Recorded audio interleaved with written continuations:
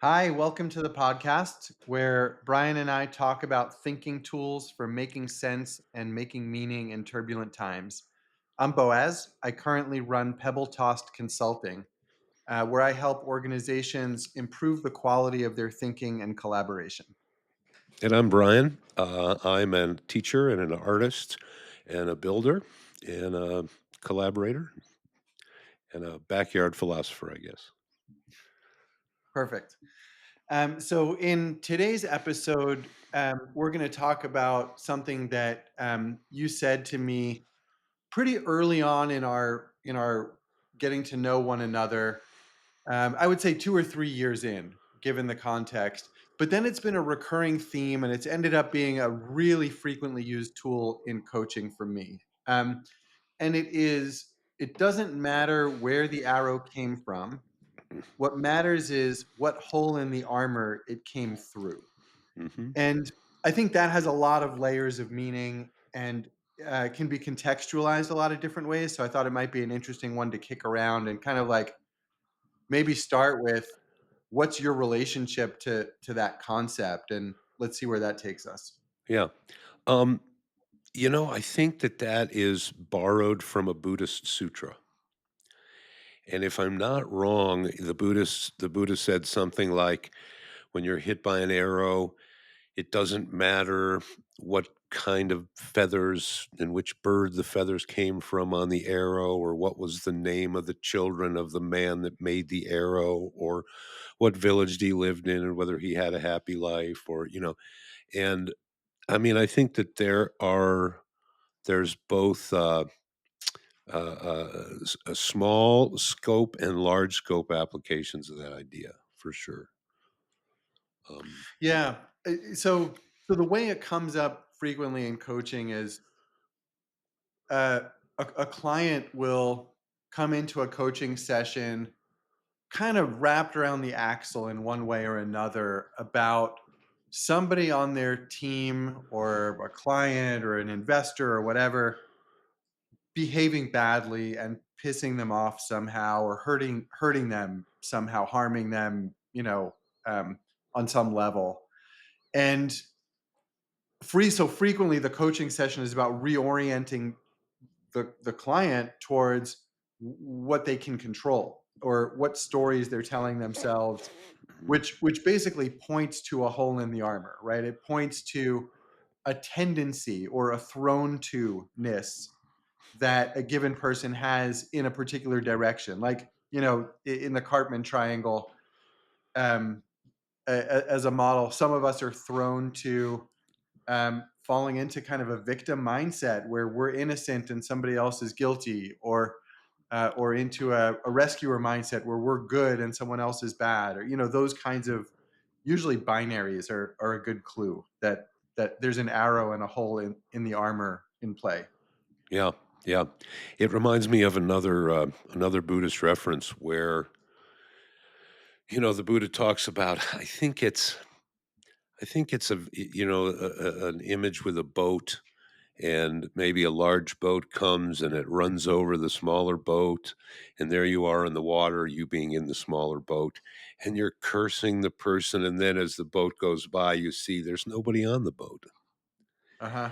And so, you sort of created a model in your head. And this gets back to our conversations about inhabiting a semantic reality that is a model of the actual reality that we inhabit. And in us sort of picking and choosing, uh, you know, uh, from that perspective, and how do we?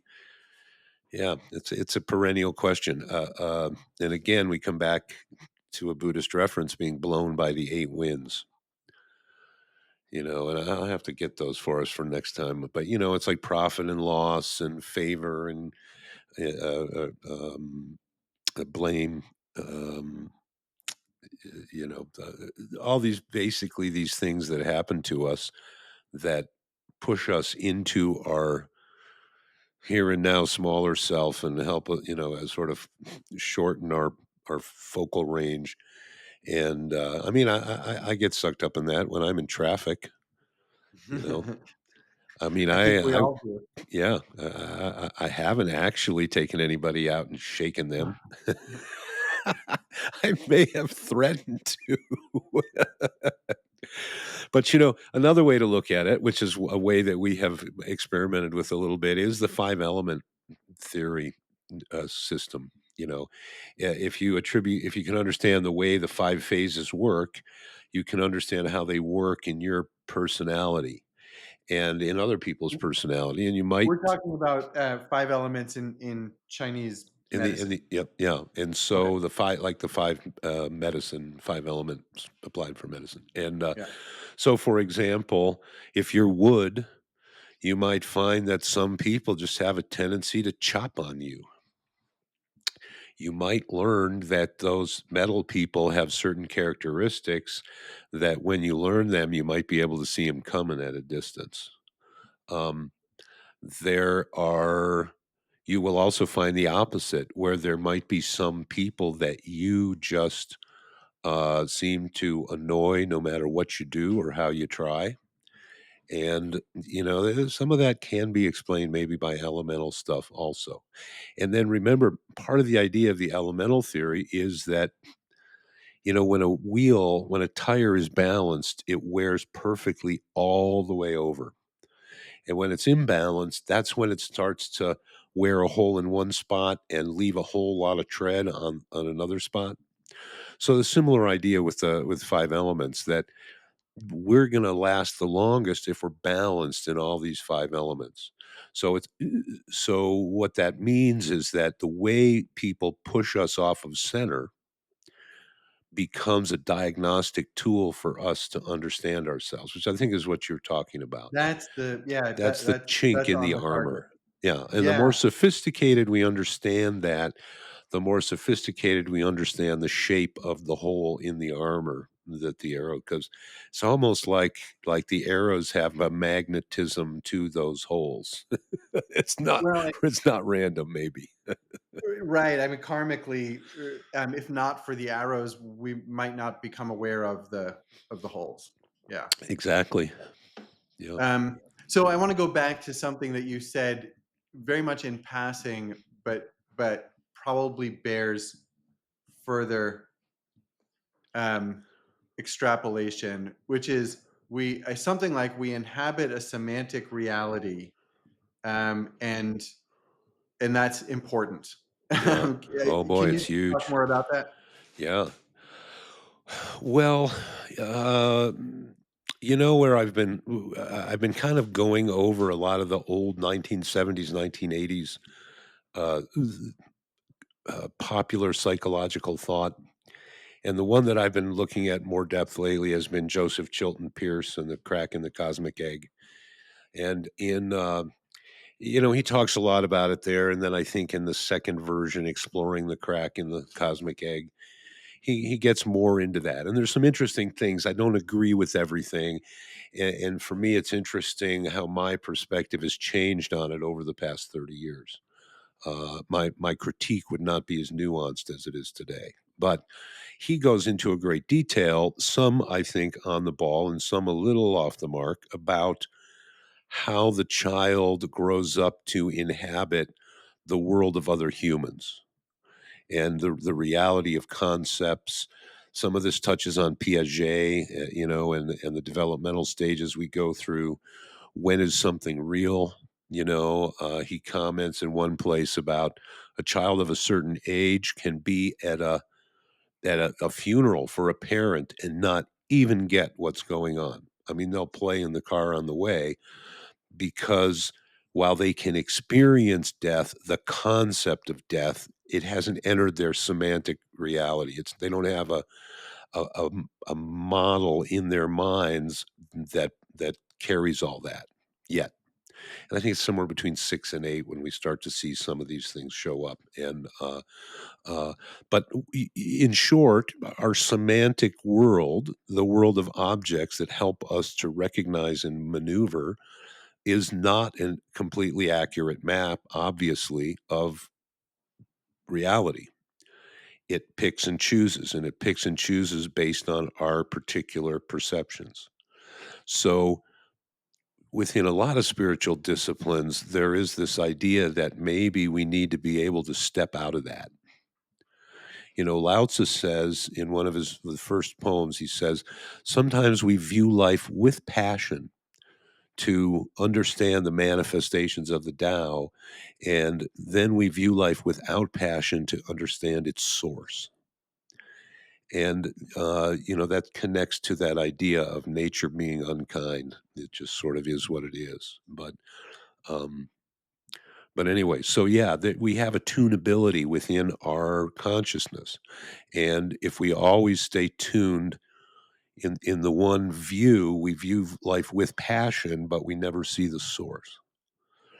And and so there's points to both. Like Joshu Sasaki Roshi, the Rinzai Zen master who was in America quite a while, he said the world of God is wonderful, but in the world of God there is no bathroom and no restaurants. So we have to view life with passion. In that sense, we have to care about ourselves and our loved ones and all that. But we also want to be able to turn that switch or perfect that discipline or that refocusing to be able to get closer to seeing the source. And maybe that viewpoint of the source recontextualizes some of our small viewing life with passion type of problems. So it's an interesting thing there. So that brought up a couple of things. Maybe let me ask you. You mentioned five elements in terms of Chinese medicine as kind of like a way of typing or even archetyping the ways in which people are thrown. And it might be worth, for one thing, kind of mentioning what it might mean to be wood or metal or water, etc. Uh-huh. Um, and and and then I'm curious that you went for that because I know you like a variety of systems and like Mhm.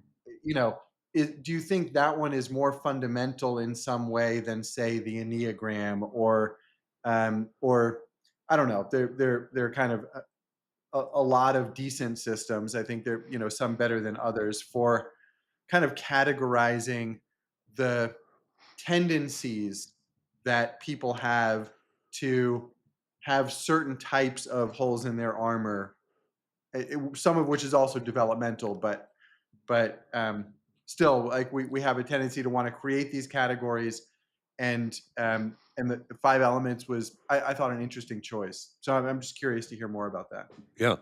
Um, well, one of the interesting implications that I think we need to point out that come in with all of these systems that is of a pragmatic import as far as realization, and that is what they all imply is that we're not the same humans. We're fundamentally different in interesting ways based on the aspects of ourselves that are adaptable and influenceable, and that's the other realization that comes with all these systems, and that is that being different than other people, we are susceptible and not susceptible to different influences. Uh, and so realizing that we are influenceable and that we have a particular nature, that's significant.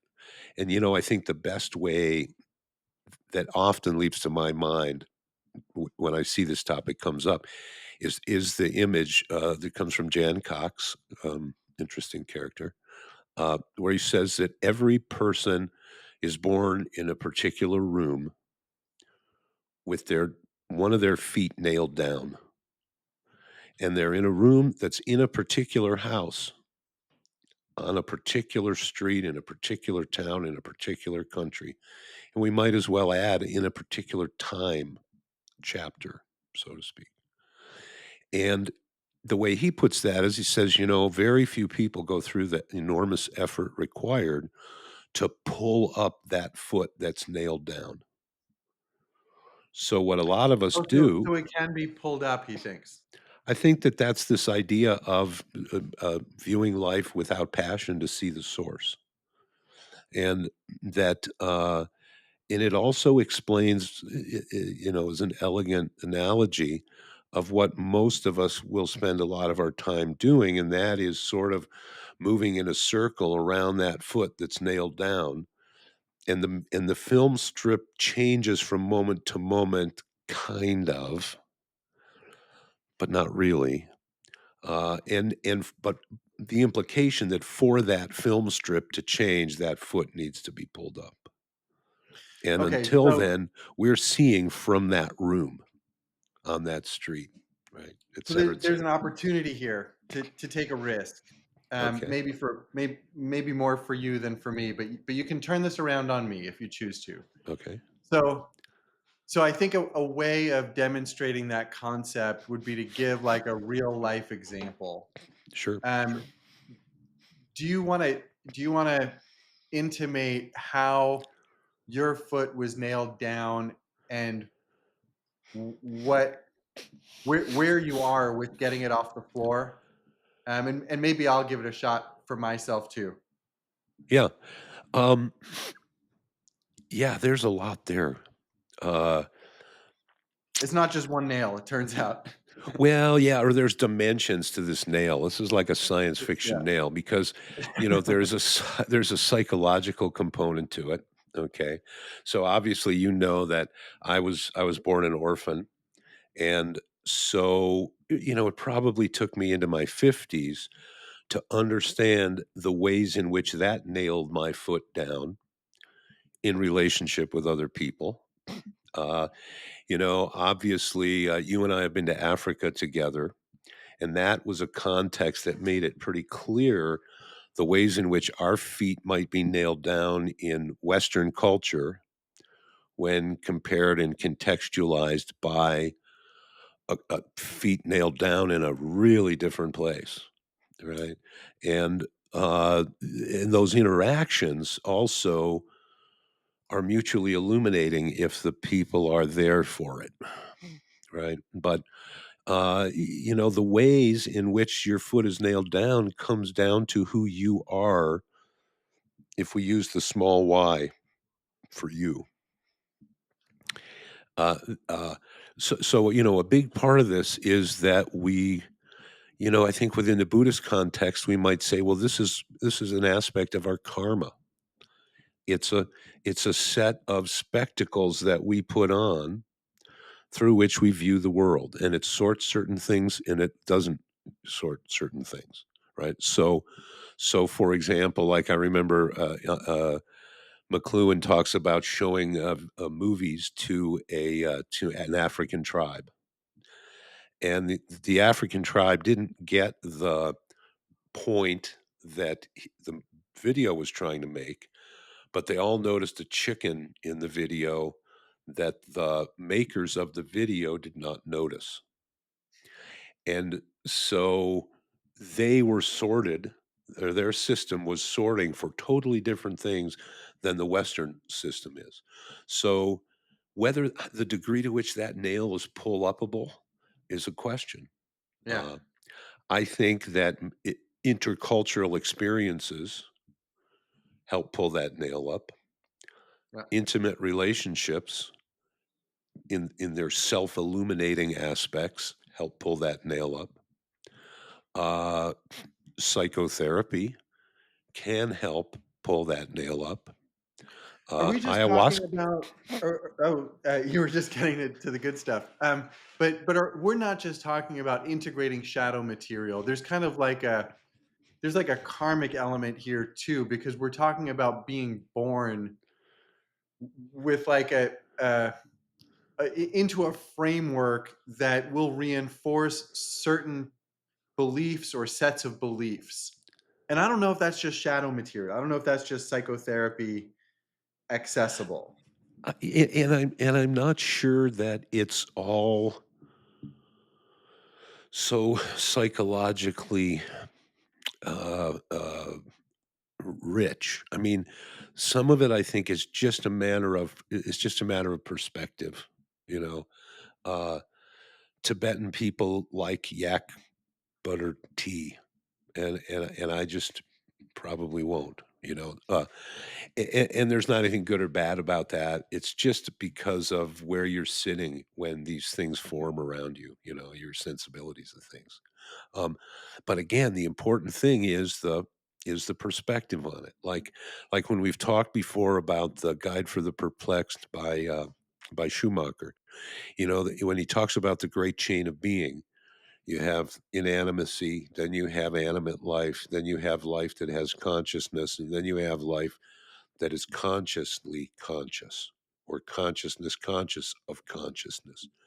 Only in that chapter, when consciousness can look at itself, can it see itself and make any kind of an assessment of its fear, its desire, its you know how it's doing in the environment, right? Uh, That's when like it becomes aware that there's a foot and a floor. yeah, and you know, there's an interesting thing that happens. I just read an interesting psychological comparison between fright and fear, and so fear or fright when you come out the door, as happens on occasion up on the mesa, and there's a rattlesnake there that you didn't see, and you go, "Whoa, that's fright."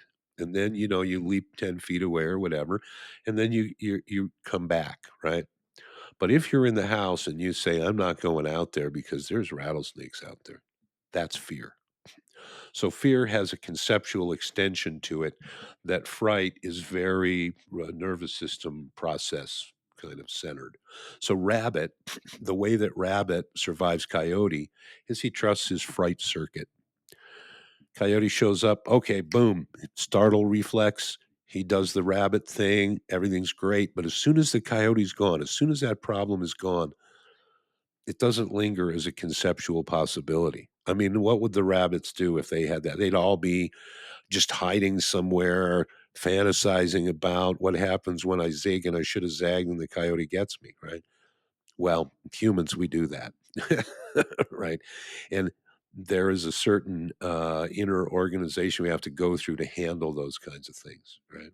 But, but yeah, and the last thing I was going to say is, which is interesting because now for the first time we can kind of talk about it, and that is, you know, I was going to reference ayahuasca ceremonies, and now there are people that are doing psychedelic therapy, and this is one of those things that I think shines the light on our what our Earhart would call our thrownness, our propensities that come from all that prior experience, and investigating that and seeing it when it happens is part of the antidote to not being owned by it entirely.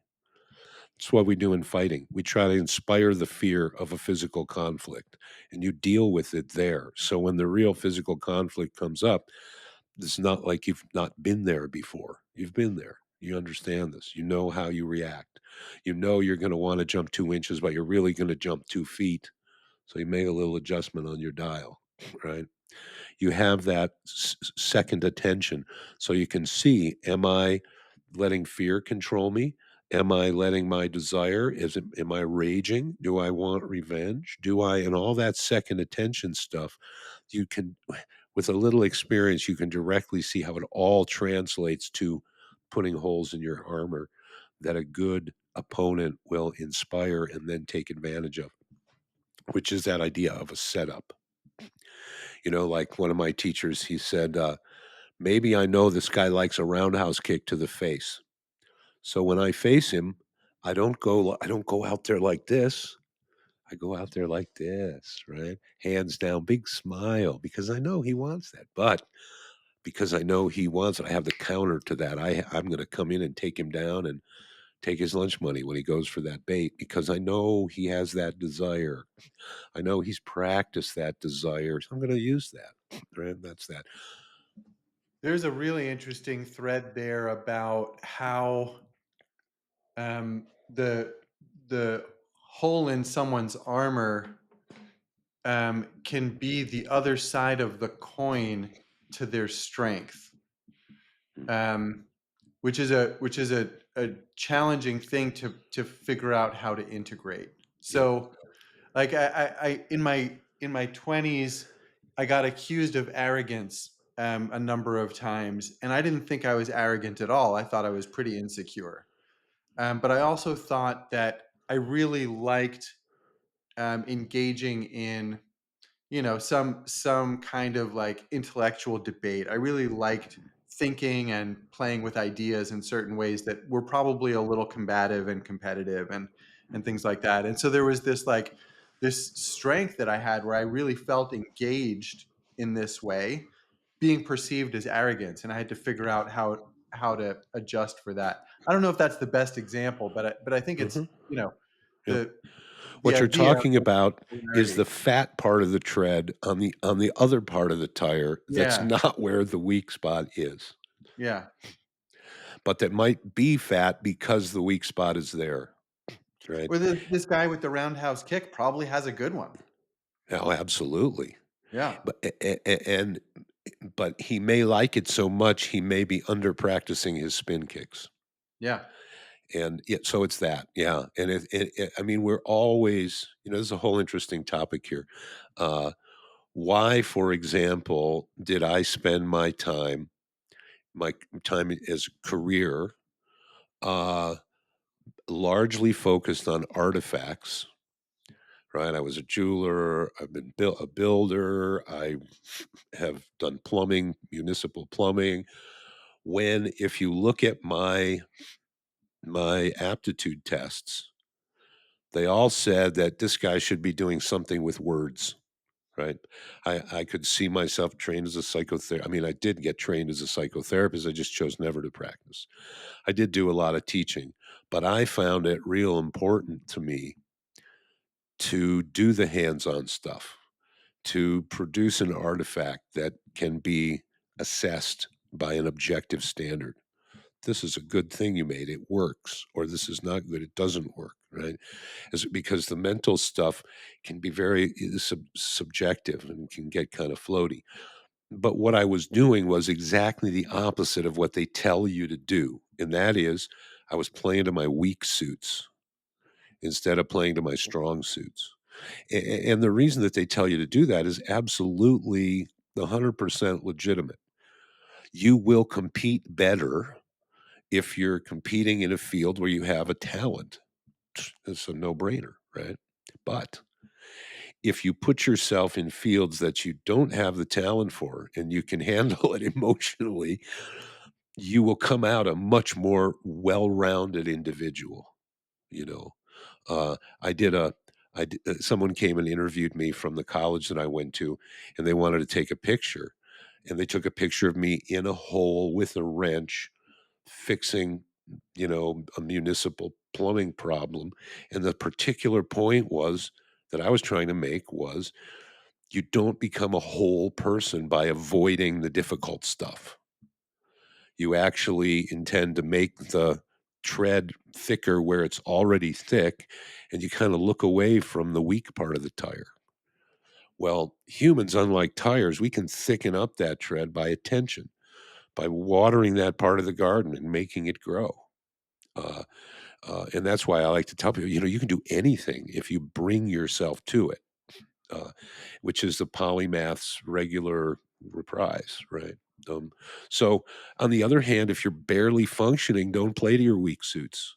Like this is, and that's kind of touches on that other topic, is that because I learned that people, I mean, I suppose they saw it as arrogant.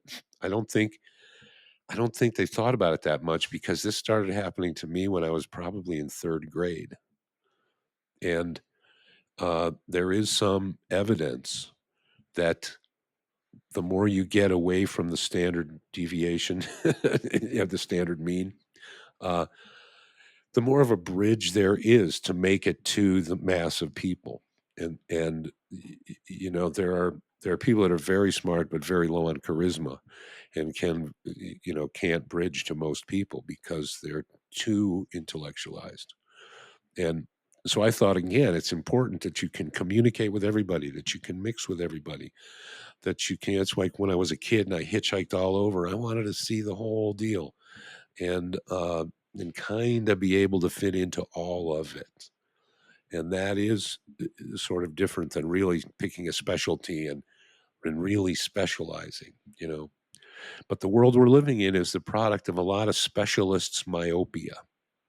As a generalist, I'll put that out there. Yeah, I mean, I hear it as like kind of a value judgment on specialization, you know, and a preference for generalization. And in a lot of contexts, I get that. And man, there are specialists that have given the world great gifts. Absolutely. Um, there are also generalists who have, right? Yep. So Yep. so I have so I have I guess a little resistance to, you know, kind of going for, well, that's the right way. Well, I think I'm glad you ended up a uh, generalist and were able to kind of cover such a variety, well, there's another because you side. integrated that in a There's way. another side to this, and that is, for example, a lot of my intellectual capacities came because directly connected, I think. I mean, maybe you have to have some genetic capacity. My biological mother was really smart, You but definitely do.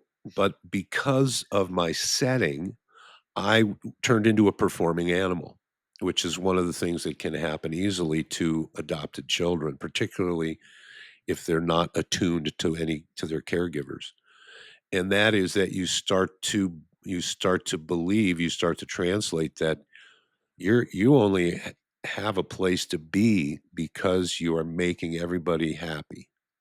Like there's nothing unconditional about your circumstance, so you turn into I refer to it as an approval dupe because there's an insecurity there that says that, you know, you're just there but for the grace of other people who knows how they're going to feel tomorrow, right?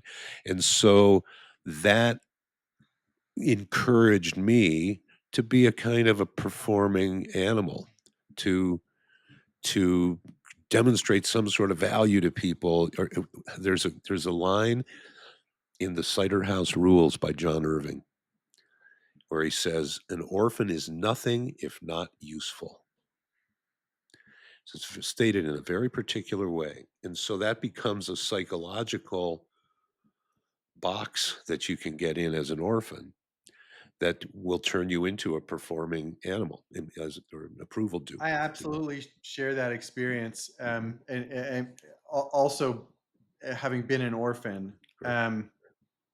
Eh, Although I attribute it more to kind of the value system that I was raised in by my adoptive parents. I hadn't made the connection that maybe all orphans are kind of like looking for their value in a common way, sort of. So Mhm. that's interesting. Well, see, and also often people that have extreme capacities came because they were in an extreme circumstance that was not positive, and it really tweaked them. Like when I was in college, I moved into a duplex, and I would hear this amazing violin music coming from the other side of the wall. And I finally met the guy, and he was a child prodigy violin player. I mean, I was hearing Paganini coming from the other wall, the capriciosos, right? They can count the people that can play these, right? And then when I got to meet him, I found out that he also had been a heroin addict for many, many years. And uh, people are familiar with his work. I'm not going to, mention his name, but because I knew him, we shared chicken mole a number of times. I got a little insight into his movie, and he hated his parents. The torture he went through was why he had a 30-page resume at 14 years old with world-class orchestras. So, there are these pulling tendencies. The Taoists say you don't want to be special at all. You want to leave no residue when you die. Don't worry about legacy. You want to be like, die like the dog in the street. right? And that sort of runs counter to our ego tendency to want to be the best or to make a huge contribution or Just to to matter. We just wanna matter. we want to matter. Yeah. And, Yeah. and there's a whole topic there. I was thinking about the topic of if you're going to do good works, you really need special training. And that's part of it is like how much ego is involved and how much it will that allow you to help and how much will it contaminate things and how are you going to measure that and all of these deals. How do you say no? There's a lot of important aspects to that kind of work. And uh but again, it's you sitting at the center, not being pulled or pushed, not leaning or tilting, but actually, your consciousness generating clarity, and that clarity being your compass, you know. So, so really, we come back to that formula. Why is the world in disorder? Because not enough people operate with virtue. And if we operated with virtue, uh, everything would be better. And why don't we? Because we don't have clarity. And how do we get our machine to give us truer and truer readings, our meter to give us a truer and truer sense of what reality is about? We can only do that with self-examination. I mean, Plato said that, right? Way back. It's not a fundamentally new problem. And Well, I sometimes think we want to do it, sometimes we don't. yeah, big time. I think the you know, reliance on self-examination in order to increase the quality of our perception so that we can notice virtue or not um, goes back to maybe your comments about being a generalist or at least having experiences that require some self-examination, so like doing Mhm. things we're not good at, Mhm. even if it's not like a strategy for how to be in the world in general, like you want to change careers every 5 years or you want to have three careers at once or some of the stuff you do, right? um, Right. I think like I've been more of a specialist than you have, but I do put myself in situations fairly consistently in areas that I'm not good at, and I honestly I should more because Uh-huh. like I've been saying for I don't know 20 or 30 years that I should take some dance lessons because man, that makes me uncomfortable, Oh, there you right? go. And it's just stuff like that. Yeah, yeah.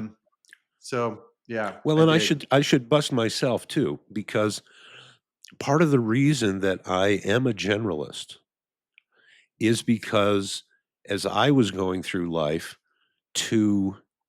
to become a specialist really meant sucking up to a particular. I mean, this is my worldview, sucking up to a particular, investing in a particular organization of other humans and expecting fair treatment and fair play out of them so that my investment of time and energy and skills aren't lost entirely, right?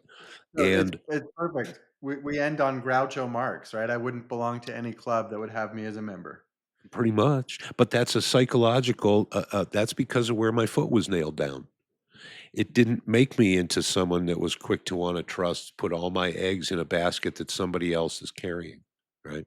So for me to be a generalist was just giving me more and more and more legs to stand on when the inevitability that I imagined of someone come and try to kick one out. So it's Yeah, not just a flexing of muscles, it's also a reaction to perceived threats, and that's something in the semantic reality, right? yeah, At the same yeah, time, it made it into my experience through my lived reality. So, but I do see that not everyone has that. I think I was lucky that that worked out okay in the chapter of history that it happened, because in other places and other times, this would be a death sentence of sorts. Uh, Whereas now I'm just sort of iconoclastic. uh, in other times in history, people would have said, we got to put that mad dog down. Right. And so So it's not necessarily just a flex. It's also, we do what is accessible to us given our resources and our vision of the world. And as that changes, our capacities and our plans change, But so I'm not putting down specialization, but I am pointing to the dangers of it, even as there are dangers to generalization, you know, uh, um, for sure, for sure. And that's Cool. why, you play to the chessboard that you're standing in front of. Different for different Yeah. folks. Yeah. So that's about our Good. 40 minutes. Yeah. I'm sure we'll come back to this topic. But yeah, I thought that was a great run at it. And yeah, thanks everybody for listening. Absolutely. More good stuff to come.